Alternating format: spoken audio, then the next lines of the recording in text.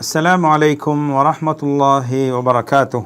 بسم الله والحمد لله والصلاة والسلام على رسول الله وعلى آله وأصحابه أجمعين. أما بعد. ما هو الإسلام? இஸ்லாம் என்றால் என்ன? உலகத்திலே புவியிலே இருக்கக்கூடிய எல்லா மதங்களை எடுத்துக்கொண்டாலும் அந்த ஒவ்வொரு மதமும் ஒரு மனிதனை சார்ந்ததாகவோ அல்லது ஒரு சமூகத்தை சார்ந்ததாகவோ அமைந்திருப்பதை நாம் காணலாம். உதாரணமாக யூத மதத்தை எடுத்துக்கொண்டால் யஹூதா என்ற அந்த மனிதனுடைய பெயரை சார்ந்ததாக அமைந்திருக்கிறது. கிறிஸ்தவ மதத்தை எடுத்துக்கொண்டால் நசாரா என்ற அந்த பெயரை சார்ந்ததாக அமைந்திருக்கிறது. பௌத்த மதத்தை எடுத்துக்கொண்டால் அந்த பூதா என்ற மனிதனை சார்ந்ததாக இவ்வாறு ஒவ்வொரு மனிதர்களுடைய அல்லது குழுக்களுடைய அந்த பெயர்களை சார்ந்ததாக அமைந்திருப்பதை காணலாம். ஆனால் இஸ்லாம் என்ற மார்க்கத்தை பொறுத்தவரையிலே அது ஒரு தனித்துவமான ஒரு பண்பை, தனித்துவமான ஒரு பெயரை பொதிந்திருப்பதை நாம் காணலாம். அதுதான் அல் இஸ்திஸ்லாம், அதாவது சரணடைவது, அல்லாஹுக்கு சரணடைவது, வணக்கங்களின் மூலமாக அல்லாஹுக்கு கட்டுப்படுவது, பணிவடைவது. இந்த மார்க்கத்தை யார் மார்க்கமாக காட்டினானோ அவனுடைய ஏவல்களை எடுத்து நடப்பது, அவனுடைய ஏவல்களை பின்பற்றி நடப்பது என்ற பண்பை கோடிட்டு காட்டக்கூடியதாக இஸ்லாம் என்ற பெயர் அமைந்திருப்பதை காணலாம். அல்லாஹ் சுப்ஹானஹு வ தஆலா அந்த மார்க்கத்துக்கு இஸ்லாம் என்று பெயரிட்டுள்ளான். ஏனென்றால் அந்த இஸ்லாம் என்ற மார்க்கத்தை ஒவ்வொரு முஸ்லீமும் அந்த மார்க்கத்துக்கு சரணடைந்து அல்லாஹ்வை ஒருமைப்படுத்தி அதனை ஈமான் கொள்வதை அல்லாஹ் கட்டாயமாக்கி வைத்திருக்கிறான். இவ்வாறு அந்த இஸ்லாமிய மார்க்கத்தை பின்பற்றுகின்ற போது இஸ்லாம் கூறக்கூடிய கட்டளைகளை எடுத்து வழிநடப்பது, தடுத்தவைகளை தவிர்ந்து கொள்வது, அல்லாஹுக்கு கட்டுப்பட வேண்டும் என்ற நோக்கில் எந்தவித ஆட்சேபனைகளும் இல்லாமல் எதிர்ப்புகளும் இல்லாமல் அதற்கு கட்டுப்படுவதை குறிக்கும். இந்த இஸ்லாம் என்ற வெளிரங்கமான அந்த வெளிப்படையான அந்த வார்த்தை இது மனிதர்கள் மூலமாக உருவாக்கப்பட்ட ஒன்று அல்ல என்பதை நமக்கு தெளிவுபடுத்துகிறது. அல்லது ஒரு சமூகத்துக்கு சொந்தமான ஒன்றல்ல என்பதையும் நமக்கு தெளிவுபடுத்துகிறது. மாறாக இஸ்லாம் என்ற அந்த பெயரை நமக்கு எதனை கோடிட்டு காட்டுகின்றதென்றால் அதனுடைய குறிக்கோள் அனைத்து மனிதர்களும் இந்த இஸ்லாம் என்ற பெயர் சொல்லக்கூடிய அந்த பண்பை பொதிந்தவர்களாக இருக்க வேண்டும் என்பதை நமக்கு அறிவுறுத்துகிறது. எனவே இந்த இஸ்லாம் என்ற வார்த்தையினூடாக அந்த மார்க்கத்தை கொண்டு வந்த முஹம்மது ஸல்லல்லாஹு அலைஹி வஸல்லம் அவர்கள் கொண்டு வந்த அந்த தனித்துவமான அந்த மார்க்கத்துடைய விளக்கத்தை விட்டும் அந்த பெயர் ஒருபோதும் வெளிப்பட மாட்டாது. இந்த தனித்துவமான இஸ்லாம் என்ற மார்க்கம், இஸ்லாம் என்ற பெயரை கொண்ட மார்க்கம் மனிதர்களை படைப்பினங்களுக்கு அடிமையாவதை விட்டும் மனோ இச்சைக்கு அடிமையாவதை விட்டும் மனிதர்களை அல்லாஹ்வின் பக்கம் ஈர்க்கக்கூடியதாகவும் மனோ இச்சைக்கு அடிமையாவதை விட்டும் வெளிப்படுத்தக்கூடியதாகவும் தான் அந்த இஸ்லாமிய போதனைகள், இஸ்லாமிய அழைப்பு அமைந்திருக்கிறது. எனவே படைத்தவனுக்கு அடிமையாக இருக்க வேண்டும், படைப்பினங்களுக்கு அடிமையாக இருக்கக்கூடாது என்ற அந்த நிலைக்கு அவர்களை வெளிப்படுத்தக்கூடியதாகவும் அல்லாஹுடைய கட்டளைக்கு வழிபட்டு அவனுடைய தடைகளை தவிர்ந்து நடக்கக்கூடியவர்களாக இருக்க வேண்டும் என்பதின்பால்தான் இந்த இஸ்லாமிய மார்க்கம் அழைக்கக்கூடியதாக இருக்கிறது. இந்த இஸ்லாம் என்பது அல்லாஹ்வை ஓர்மைப்படுத்துவதன் மூலமாக, அல்லாஹ்வை அதாவது தௌஹீத் மூலமாக அவனை ஓர்மைப்படுத்தி அவனுக்கு சரணடைவதாகும். அல்லாஹுக்கு வழிபடுவது, இவ்வாறு அல்லாஹ்வை ஒருமைப்படுத்தி அவனுக்கு கட்டுப்பட்டு நடக்கின்ற போது அந்த முஸ்லிமுடைய உள்ளத்திலே அதனை பற்றிய அன்பும் கருணையும் குடிகொள்ளக்கூடியதாக நிலை பெறக்கூடியதாக இருக்கும். இது அந்த மனிதனுடைய உள்ளத்திலே இணை வைத்தலை விட்டும் இறை நிராகரிப்பை விட்டும் அவனுடைய உள்ளத்தை பரிசுத்தப்படுத்தக்கூடியதாகவும் அந்த முஸ்லிமுடைய உள்ளத்திலிருந்து எல்லா விதமான அசுத்தங்களையும் களையக்கூடியதாகவும் இருக்கிறது. இதன் பக்கம்தான் அல்லாஹ்வின் தூதர் முஹம்மது ஸல்லல்லாஹு அலைஹி வஸல்லம் அவர்கள் வழிகாட்டி இருக்கிறார்கள். ஒரு மனிதன் இஸ்லாத்தை ஏற்றுக்கொண்டதற்கு பின்னால் ஏற்கனவே உள்ள இறை நிராகரிப்பின் பக்கம் மூழ்வதென்பது ஒரு மனிதன் நரகத்திலே விழுவதை வெறுப்பதை போன்றுதான் இருக்கும் என நபி அவர்கள் உதாரணம் கூறியிருக்கிறார்கள். இஸ்லாம் என்ற மார்க்கம் என்பது நபிமார்கள் அனைவருடைய மார்க்கமாக இருக்கிறது. ஒவ்வொரு மனிதனும் இந்த புவியிலே அவன் வாழுகின்ற போது அவன் அல்லாஹுக்கு கட்டுப்பட்டவனாக, அல்லாஹுக்கு சரணடைந்தவனாக இருக்க வேண்டும். அல்லாஹுக்கு பணிவுடன் நடந்து கொள்ள வேண்டும். அல்லாஹுடைய கட்டளைகளை ஏற்று நடக்க வேண்டும்.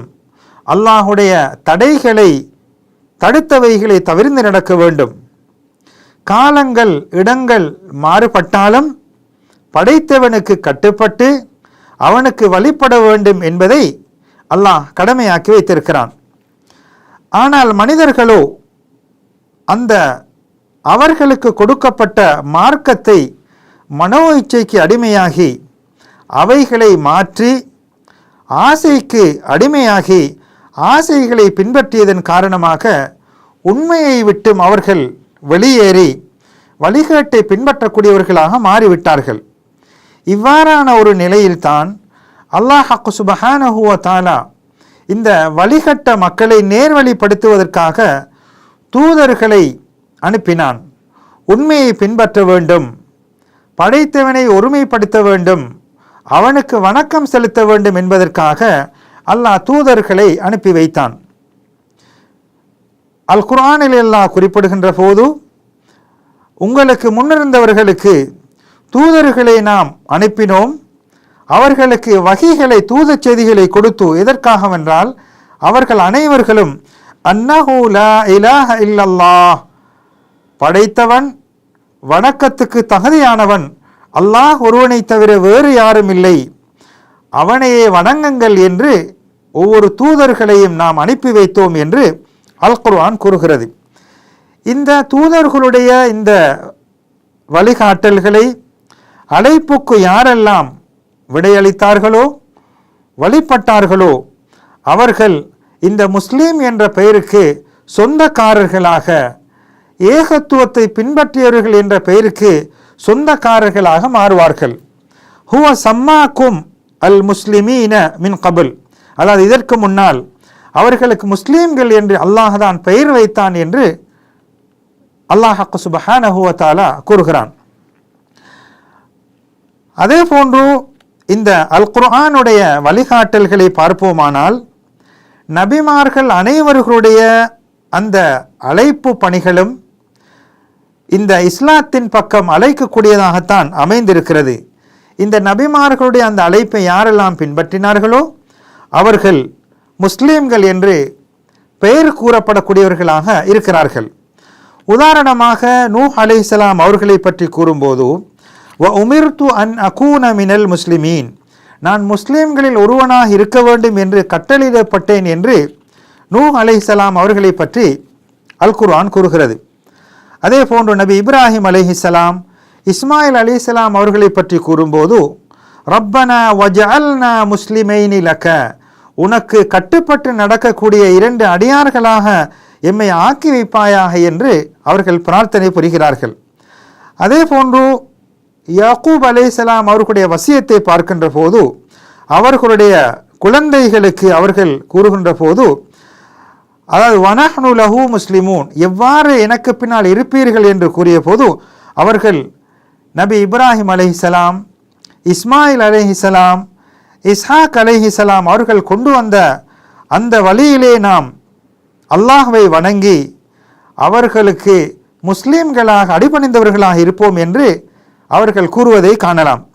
அதே போன்று மூசா அலைஹிஸ்ஸலாம் அவர்களை பற்றி கூறும்போது, இன் குன்தும் முஸ்லிமீன், நீங்கள் முஸ்லீம்களாக இருந்தால் அல்லாஹ்வின் மீது பொறுப்பு சாட்டுங்கள் என்றும், இவ்வாறு யூசுப் அலைஹிஸ்ஸலாம் அவர்கள் பிரார்த்திக்கின்ற போது தவஃபனி முஸ்லிமன் வ அல்ஹிக்னி பிஸ்ஸாலிஹீன், என்னை முஸ்லிமாக மரணிக்கச் செய்வாயாக என்றும், அதே போன்று சுலைமான் அலைஹிஸ்ஸலாம், லூத் அலைஹிஸ்ஸலாம், ஈசா அலைஹிஸ்ஸலாம் அவர்களுடைய சீடர்களுடைய அந்த வரலாறுகளில் நாம் பார்க்கின்ற போது அந்த முஸ்லிம்களாக இருக்க வேண்டும் என்ற அந்த வழிகாட்டலை கொடுத்திருப்பதை நாம் காணலாம்.